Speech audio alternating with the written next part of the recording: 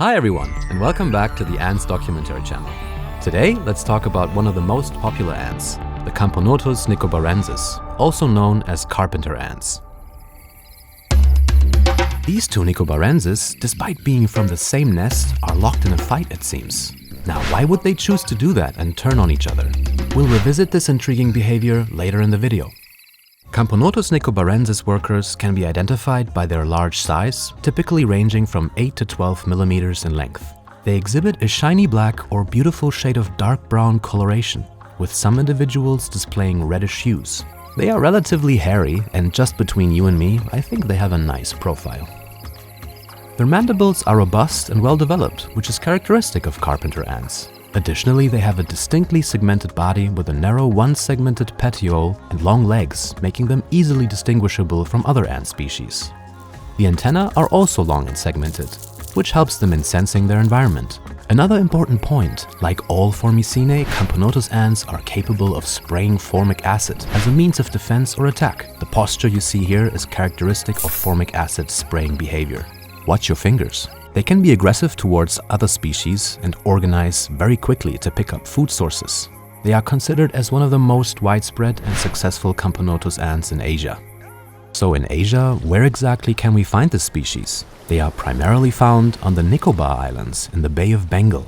Nicobar, Nicobarensis. You can probably guess that this is where they derive their name from. Nicobarensis thrives in tropical and subtropical environments, often inhabiting forests and areas with abundant vegetation, but will also happily nest in steppes or in semi-desert climates. That's why their range extends all the way from Malaysia through India and Bangladesh, reaching as far as South China. Nicobarensis typically nests in decaying wood, tree stumps, under stones or under bark, where they can excavate tunnels to create their colonies. They prefer moist environments, which help with the maintenance of their nests, and they are quite nocturnal. Also, these tropical ants don't hibernate, unlike the temperate climate ants, but they can slow down their metabolism and activities if the temperature drops around 20 degrees Celsius or 70 degrees Fahrenheit for our American friends, or below. Listen closely. Doesn't that sound like somebody crunching through the wooden beams in your attic? That's our Nicobarensis rummaging around. If termites would eat the wood, carpenter ants use their mandibles to carve it, relocating the shavings to various areas within the nest. These shavings can be stored, expelled through window-like openings, or packed into underground tunnels. The galleries and passageways are continually expanded to accommodate the growing colony. Doing so, they initiate the degradation of tree cellulose and participate in the cycle of life. What do Camponotus species eat? They consume the juice of fruits or flowers that provide them with essential carbohydrates for energy. They share the juices with their sisters through trophallaxis. They also require proteins, which they obtain from insects, scavenged animal remains, or even small prey which they hunt down. A study conducted in Hong Kong Bay suggests that Camponotus Nicobarensis tends to prefer meat over nectar in the food that the researchers gave them, likely because fresh protein sources are harder to come by in nature. We conducted our own experiment, using the larva of the Tenebrio molitor beetle. The Nicobarensis workers observed the larva several times, without attempting to eat it, even though it would have been an easy target.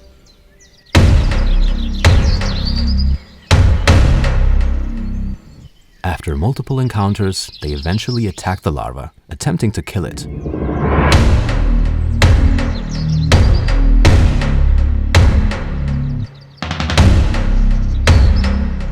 However, the efforts were not sufficient.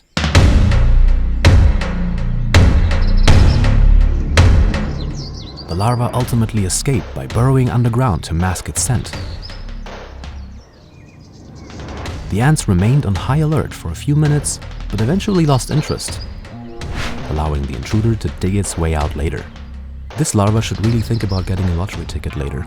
In our trial with the beetle larva, the hesitation and failed attack suggests that our Nicobarensis might not be adapted for active predation, but are rather opportunistic feeders, taking advantage of easier or stationary protein sources. Their alert behavior after the larva escaped demonstrates their sensitivity to potential prey. It also demonstrates their limited predatory skills compared to specialized hunter ant species like Eucophila smaragdina or Tetraponera rufonigra. Camponotus Nicobarensis is considered a polymorphic species. This means that there are variations in size and morphology among the workers within the colony. Worker ants exhibit a notable range in size, with minor workers measuring between 5 and 7 millimeters, while major workers can grow to lengths of 8 to 12 millimeters. This size variation allows them to perform different roles within the colony. Unlike in the genus of Atta, the biggest workers aren't soldiers. They occasionally hunt insects, collect the juice of fallen fruits, and help to defend the colony. Anyway, whether they're large or small, these ants mostly prefer to forage at night. That said, they're often quite active during the day as well. The queen, like all ant queens, lays eggs in the nest. She's around 15 millimeters long. A winged male in comparison would only be 10 millimeters long. That makes her the biggest ant of the nest.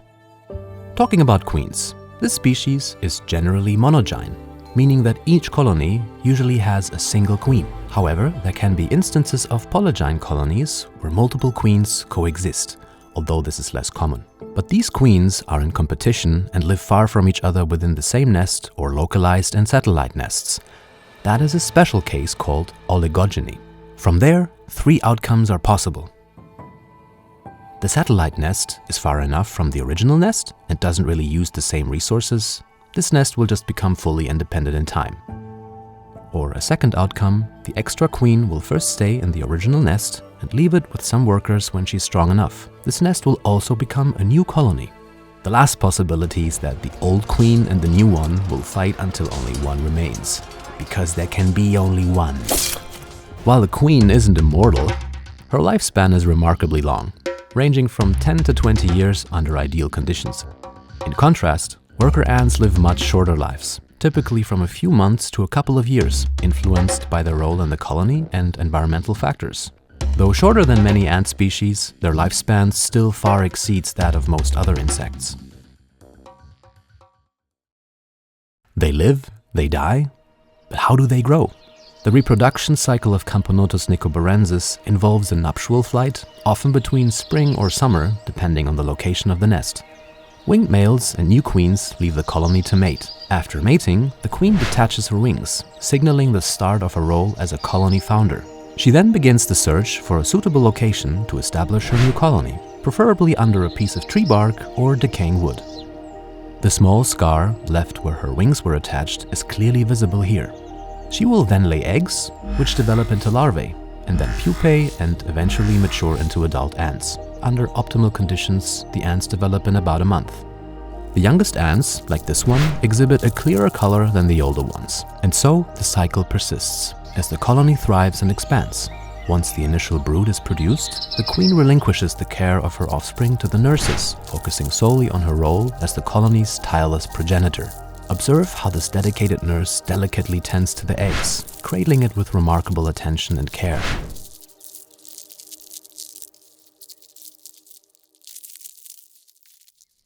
For some Camponotus species, when an ant ages, it slowly retreats from the demanding tasks like foraging. Instead, she stays close to the nest, helping where she can.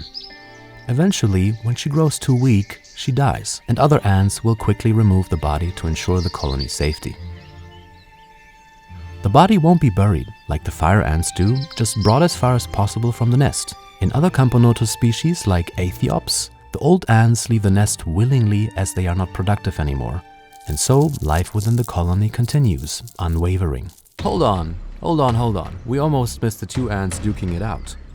Far more brutal than anything we've seen with the larvae. It's as if the attacker ant suddenly turned on her own sister. And yes, I can assure you, both of these ants are from the same nest. So what's going on here? First guess, the attacker might think the other ant is sick, trying to eliminate her to stop the disease from spreading, just like they do with dead ants. Second guess, perhaps the defender lost the colony's scent. However, if that were the case, wouldn't the other ants join the fight? Yet, here they are, watching for a moment and then walking away, seemingly unconcerned. Final guess, maybe these ants just needed to let off some steam and engaged in a friendly scuffle. Because at the end, she lets her sister go in peace, as if nothing happened, because you know the first rule of the Fight Club. So what do you think? If you've got a better idea about this unexpected sisterly brawl, share it in the comments. By the way, there are similar displays of what seems like ant-on-ant violence. In bigger conflicts between separate colonies, the casualty rates can be staggering and triage is inevitable. For example, a study showed that Florida carpenter ants will sometimes perform seemingly impromptu amputations on their wounded, with a high survival rate of 70% to 95%. They clean and cut the injured leg at the best possible point. In comparison, ants that do not receive amputation or treatment have a much lower survival rate of 15% to 40%. These ants might have been the first surgeons on Earth.